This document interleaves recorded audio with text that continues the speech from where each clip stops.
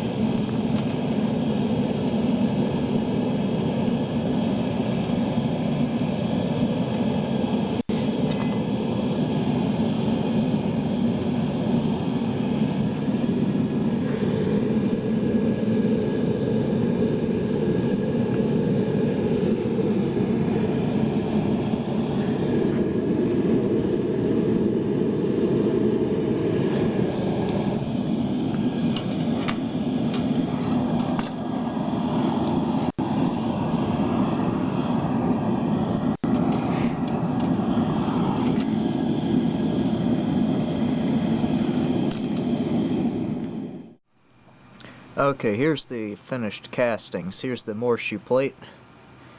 I didn't polish it because I thought the oxidation colors on it looked cool, although they probably don't show up very well on camera.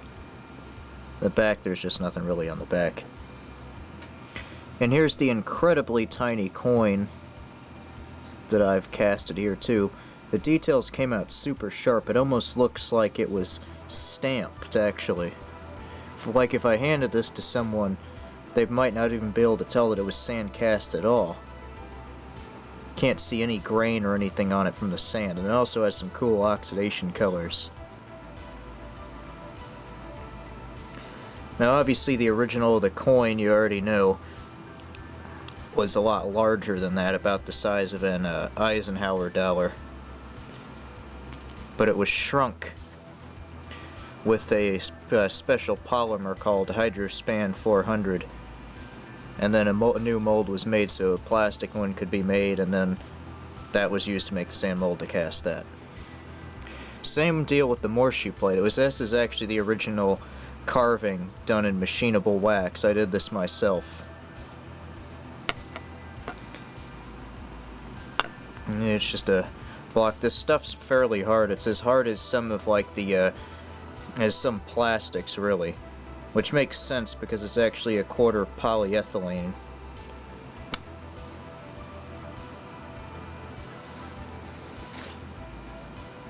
So yeah, as we all know, lamp oil, rope, bombs, you want it, it's yours, my friend, as long as you have enough rubies. Sorry, Link, I can't give credit. Come back when you're a little, richer. Okay then.